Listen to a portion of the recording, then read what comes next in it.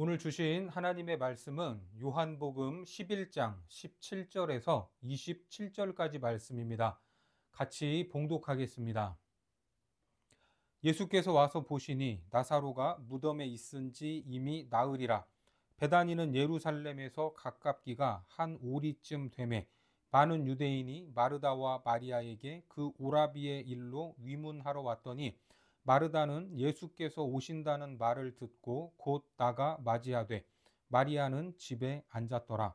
마르다가 예수께 여짜오되 주께서 여기 계셨더라면 내 오라버니가 죽지 아니하였겠나이다. 그러나 나는 이제라도 주께서 무엇이든지 하나님께 구하시는 것을 하나님이 주실 줄을 아나이다. 예수께서 이르시되 내 오라비가 다시 살아나리라. 마르다가 이르되 마지막 날 부활 때에는 다시 살아날 줄을 내가 아나이다. 예수께서 이르시되 나는 부활이요 생명이니 나를 믿는 자는 죽어도 살겠고 무릇 살아서 나를 믿는 자는 영원히 죽지 아니하리니 이것을 내가 믿느냐. 이르되 주여 그러하외다. 주는 그리스도시요 세상에 오시는 하나님의 아들이신 줄 내가 믿나이다. 오늘은 믿음은 현재를 살아가는 힘입니다 라는 제목으로 하나님 말씀 전하겠습니다. 우리는 지금 베다니에 사는 나사로의 이야기를 보고 있습니다. 나사로는 예수님이 사랑하시는 자다라고 불릴 만큼 아주 절친한 관계였습니다. 그래서 그의 여동생은 예수님께 오빠 나사로가 사경을 헤매고 있다라는 연락을 드렸던 겁니다. 하지만 예수님은 서두르지 않으시고 오히려 머물던 곳에서 이틀이나 더 계시다가 일어나셨습니다. 그때 나사로의 상황은 어떻습니까? 이미 죽은 상태였습니다. 그런데 여기서 우리가 확인했던 것은 나사로에게로 가자라고 말씀하신 것이 아니라 유대로 가자라는 것이었습니다. 유대가 어떤 곳입니까? 예수님에 대해서 적대적이고 자칫 예수님의 신변에 문제가 생길 수 있을 만한 위험한 장소였습니다. 그래서 제자들도 친구 나사로가 걱정되기도 했지만 동시에 예수님의 안위가 걱정되었기 때문에 유대로 가는 것을 우려했던 겁니다. 하지만 유대로 향하신 예수님의 발걸음은 본격적으로 십자가의 길로 들어선 것이고 바로 그 십자가, 죽음을 향하신 예수님의 행보가 이미 죽은 나사로를 살릴 수 있는 유일한 방법이었던 겁니다. 그래서 오늘 본문을 보시면 나사로에게 도착했을 때 상황이 어떻습니까? 17절에 보니까 예수께서 와서 보시니 나사로가 무덤에 있은지 이미 나으리라. 나사로가 무덤에 있은지 이미 나흘이 되었다라고 말합니다. 우리도 그렇지만 유대인들의 장례 문화 속에서 가족이 세상을 떠나면 슬퍼하는 시간을 갖습니다. 옷을 찢어서 슬픔을 표현하기도 하는데 옷은 마음이 찢어지는 것을 상징하는 표현입니다. 그리고 고인과 나 사이에 있었던 여러 가지 일들을 생각하면서 내 잘못을 용서해달라 이렇게 말하기도 하고 고인이 내게 잘못한 것도 있었지만 나 또한 용서한다 라고 말하면서 하나님의 자비하심에 맡기는 시간을 갖기도 합니다. 이런 마음의 짐을 내려놓는 것이 필요하지 않겠습니까? 왜냐하면 땅에서 메인 것은 하늘에서도 메일 것이고 땅에서 푼 것은 하늘에서도 풀릴 것이기 때문입니다. 마태복음 16장 19절에서 예수님이 말씀하셨죠. 내가 천국 열쇠를 내게 주리니 내가 땅에서 무엇이든지 매면 하늘에서도 매일 것이요 내가 땅에서 무엇이든지 풀면 하늘에서도 풀리리라 하시고, 장례 절차는 바로 이러한 것들을 풀어내는 하나의 과정이었던 겁니다. 또 우리의 삶에서 경험하게 되는 모든 희로애락이 담겨 있는 시편의 말씀을 낭독하는 시간도 가졌습니다. 그리고 세상을 떠난 지 24시간 안에 장례를 치르는데 전통적으로 3일장을 많이 하는 우리의 입장에서 보면 조금 빠른 느낌이 듭니다. 하지만 냉동시설이 없었던 기후 조건을 생각해 보면 그렇게 해야 할 것 같기도 합니다. 하지만 이것이 끝이 아닙니다. 이후 7일 동안 근신하는 시간을 갖게 되어 있습니다. 그래서 여기에서 나흘이다라는 이 시간을 언급하는 이유는 이미 나사로는 죽었고 무덤에 들어갔다라는 겁니다. 다시 말해 죽은 지가 너무 오래돼서 살아날 가능성이 있다 없다? 없다는 겁니다. 나사로의 죽음을 인정해야 된다는 겁니다. 우리의 삶에서도 아무리 애를 써도 안 되는 일들이 있죠. 받아들일 수밖에 없는 그런 사건들이 있지 않습니까? 지금이 바로 그런 상황이었던 겁니다. 바로 나흘이다 라는 말은 그것을 선포하는 겁니다. 포기해라. 가능성이 없다. 세상은 이처럼 해봐야 소용이 없다. 계란으로 바위치기다. 그런다고 세상이 달라지지 않는다라고 우리에게 말하고 있을 겁니다. 그것이 바로 이미 나흘이다 라는 말에 담긴 의미입니다. 그 다음에 18절에 보면 베다니는 예루살렘에서 가깝기가 한 오리쯤 되매, 예루살렘에서 베다니는 오리쯤 된다고 하는데 실제 거리는 오리보다는 더 됩니다. 여기에서 이 리라는 이 헬라 말이 스타디온이라는 말인데 스타디온은 약 192m 정도로 오리면은 어느 정도입니까? 1km 정도지만 정확한 거리를 말한다기보다는 상당히 가까운 거리였다라는 관용적 표현으로 보시면 됩니다. 이처럼 베다니에서 예루살렘은 무척이나 가까웠고 그래서 유대인들이 조문하러 왔다고 합니다. 19절에 보면 많은 유대인이 마르다와 마리아에게 그 오라비의 일로 위문하러 왔더니 이들은 조문각이지만 잠시 후에 그 마을에서 벌어질 사건의 목격자가 될 것입니다. 그리고 그 사건의 증언자들이 될 것입니다. 그러면 사실 장례가 끝난 상황이고 무덤에 들어간 지 나흘이 됐는데 사람들이 계속해서 와서 위로하는 이유는 뭡니까? 장례를 돕는 것이 바로 유대인의 경건 행위 중 하나로 중요한 일로 여겨졌기 때문입니다. 고통을 당하는 사람을 위로하는 일이 유대인들의 풍습입니다. 그래서 장례 기간에 마을 사람들이 슬픔을 당한 이 가정에 가서 음식을 차려놓고 기다리는데 이제 장례가 끝나고 돌아와서 음식을 먹고 힘을 내라는 겁니다. 이처럼 많은 유대인들이 위로하기 위해 마르다와 마리아에게 찾아왔던 겁니다. 이때 예수님이 오고 계시다라는 소식이 들려왔죠. 20절에 보면 마르다는 예수께서 오신다는 말을 듣고 곧 나가 맞이하되 마리아는 집에 앉았더라. 어떻습니까? 마르다는 그 말을 듣자마자 나가서 맞이하는데 아마도 성격이 외향적이어서 그랬던 것 같습니다. 그리고 예수님이 거의 이제 마을에 도착하고 있다라는 말에 뛰어나갔던 겁니다. 그런데 마리아는 어떻습니까? 집에 그대로 앉아 있었죠.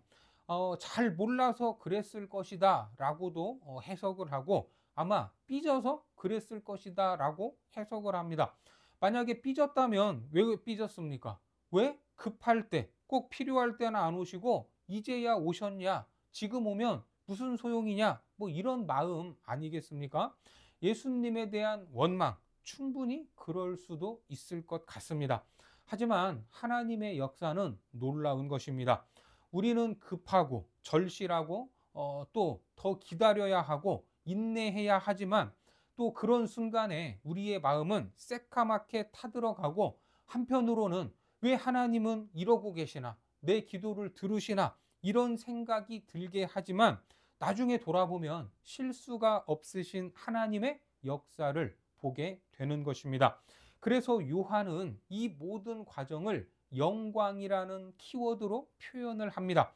하나님의 영광은 내가 원하는 대로 되는 것이 아니라 하나님의 계획대로 이루어지는 것입니다. 그것이 영광입니다. 그 영광을 소망하고 바라보는 믿음이 있어야 하는 겁니다. 그렇게 예수님을 맞이하러 이제 마을 어귀로 나간 마르다. 이 마을 어귀, 이거는 마을과 마을 사이의 공간이죠. 그리고 어떻게 보면 생명과 죽음의 경계선이라고 볼 수도 있습니다. 사람이 죽으면 마을 밖으로 나가지 않습니까?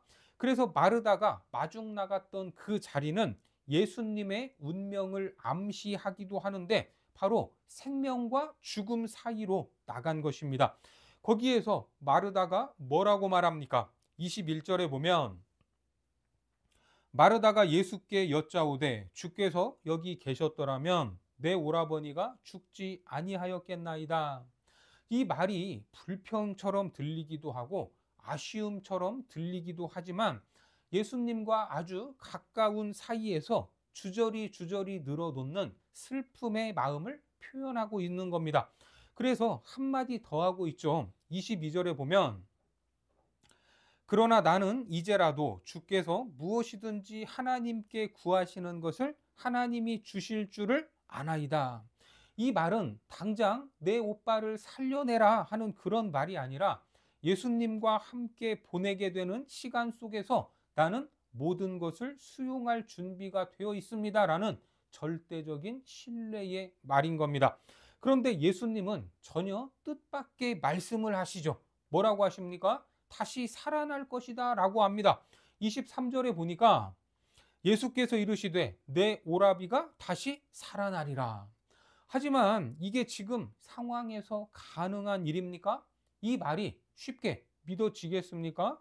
그래서 마르다는 장차 살아날 것은 믿는다고 대답을 하죠. 24절에 마르다가 이르되 마지막 날 부활 때에는 다시 살아날 줄을 내가 아나이다. 어떻습니까? 예수님께서는 지금 이 자리에서 벌어지게 될 사건을 말씀하고 있는데 마르다는 미래에 일어날 일로 언젠가 그렇게 될 것이다 라는 말로 받아들이고 있습니다. 그러니까 마르다가 앞에서 주께서 구하는 건 하나님이 다 주실 것이다 이렇게 말한 것은 오빠 나사로가 지금 이 자리에서 살아날 것을 믿는다라는 것이 아니라 하나님의 품 안에 오빠가 안겼으면 좋겠다 하는 그러한 소망이었던 겁니다. 그러면 마르다에게 부활에 대한 믿음이 있는 것입니까? 없는 것입니까? 없는 것은 아니죠. 다만 부활에 대한 믿음, 그 시기가 언제입니까? 종말론적이라는 겁니다. 부활을 믿지만 지금 당장은 아니고 언젠가 일어날 일, 마지막 날에 일어날 것이라고 믿는 것입니다. 그러면 지금 당장 어떻게 해야 합니까? 부활에 대한 소망은 오늘이라는 고난의 삶에 현재 아무 능력도 되지 못하면 아무런 의미가 없는 것입니다.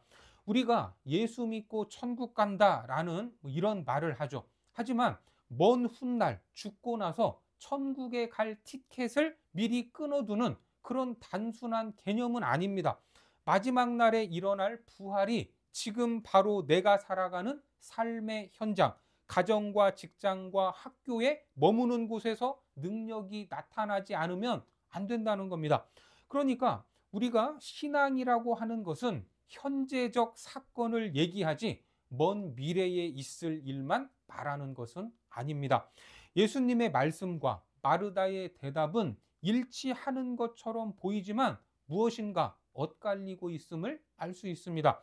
예수님은 지금 이 자리에서 벌어질 사건을 말씀하시는데 마르다는 나중에 있을 불확실한 언젠가 이 미래에 대한 일을 이야기하고 있는 것입니다. 그러자 주님은 말씀하시죠.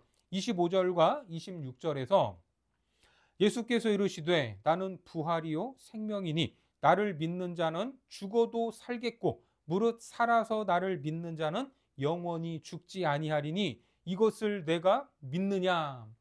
여기에서도 나는 멋멋이다 라는 이 말씀을 하시죠.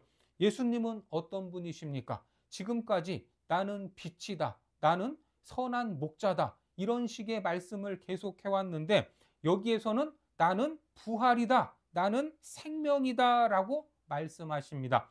이 말씀을 보면 명령법이면서 직설법으로 표현을 하고 있는데 한마디로 현재적 사건을 강조하고 있습니다. 부활은 먼 미래에 있는 것이 아니라 삶 자체가 부활이다라는 겁니다. 그래서 미래형 종결 어미가 아닌 단호한 직설법을 사용하고 있습니다. 나는 부활인데 나중에 부활할 것이다. 이 말씀이 아니라 나는 부활이다. 지금 누려야 할 생명이다라는 말인 겁니다. 예수님은 바로 그 자리에서 육신을 입고 계셨지만 죽음을 넘어서는 존재다라는 것을 드러내고 있습니다.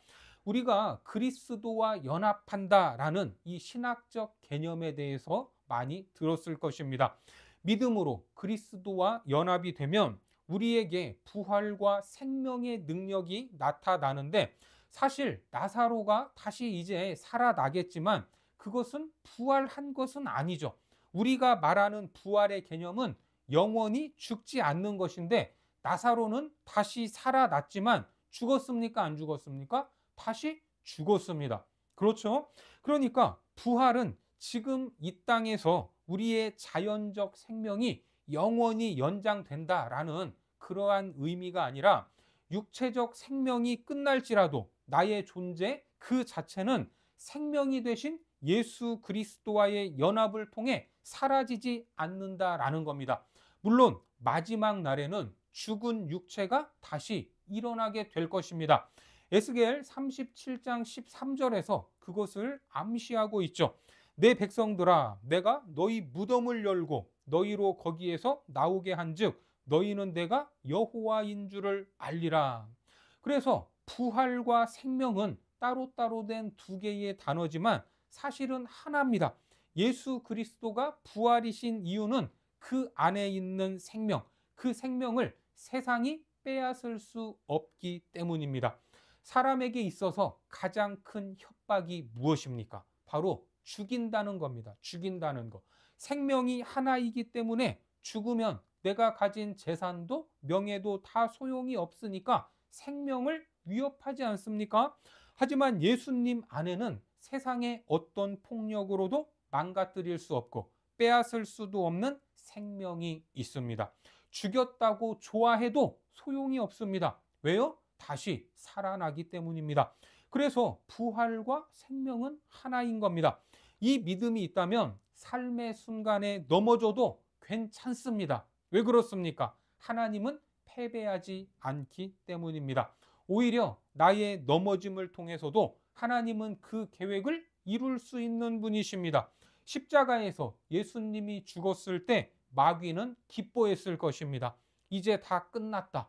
예수님을 장사하고 무덤 입구를 돌로 막았을 때 이제 내가 완전히 승리했다라고 선언을 했을 것입니다. 하지만 그 무덤이 열리고 부활하셨습니다. 그러니까 그리스도와 연합한 나는 하나님의 뜻 안에서 이미 승리한 존재다라는 것입니다. 이것이 바로 오늘 지금 이 순간을 살아가는 부활 신앙이요 믿음이다라는 것을 기억하시기 바랍니다. 하나님께 모든 것을 맡기고 살아가야 합니다.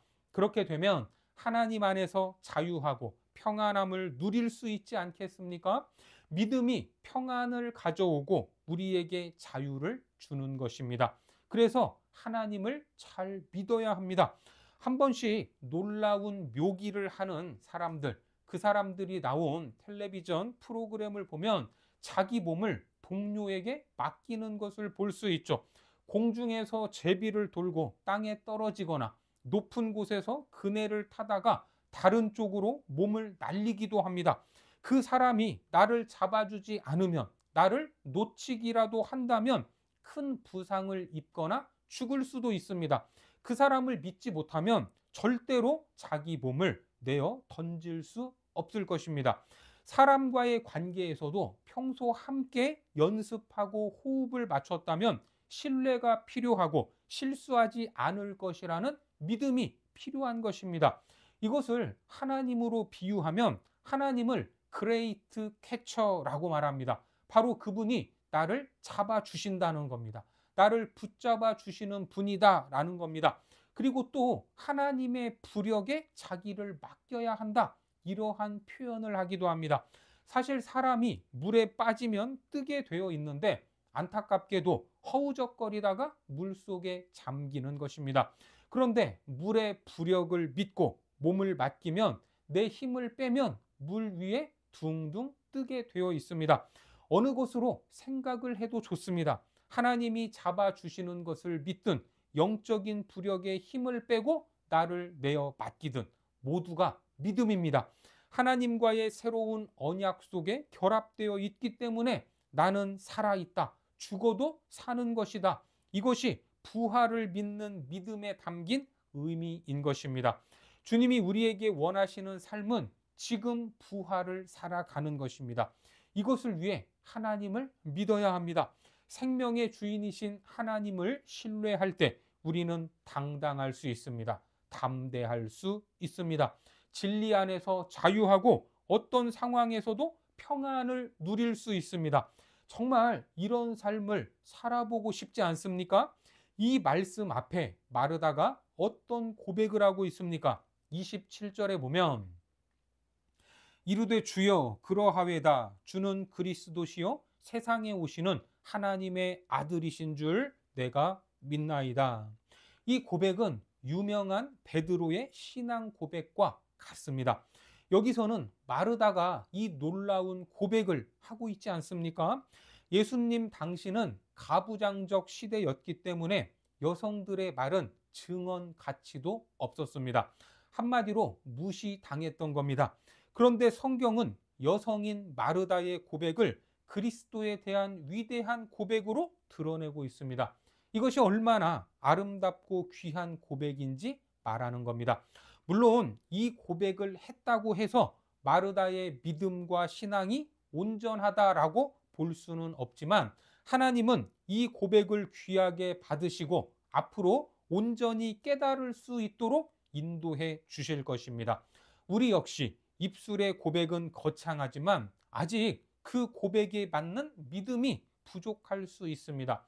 신앙 고백은 늘 하고 있지만 시험 앞에서 넘어지기도 하고 원망하기도 하고 인내하지 못하는 불순종의 순간들도 있습니다.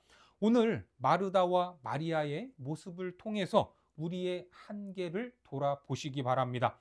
하지만 그 한계에도 불구하고 믿음의 고백을 멈추지 않고 다시 한번 주를 바라보고 주님 안에서 부활의 능력을 경험하시고 실패하지 않으시는 하나님을 믿는 믿음으로 우리의 삶을 그분께 온전히 내어 맡기는 거룩한 자녀들이 되시기를 주님의 이름으로 축원합니다. 기도하겠습니다. 하나님, 우리가 고백하는 믿음이 무엇입니까? 먼 훗날 나중에 죽어서 경험하는 것이 아님을 알게 하시니 감사합니다. 우리 믿음은 오늘을 살아가는 힘이고 주께 모든 것을 내어 맡기는 것이며 넘어져도 일어서고 실패해도 승리했음을 선언하는 것임을 믿습니다. 우리 믿음이 지금 살아가는 힘이 되게 하셔서 예수 그리스도의 부활과 그 생명이 있는 삶이 될 수 있도록 인도하여 주옵소서. 예수님의 이름으로 기도드립니다. 아멘.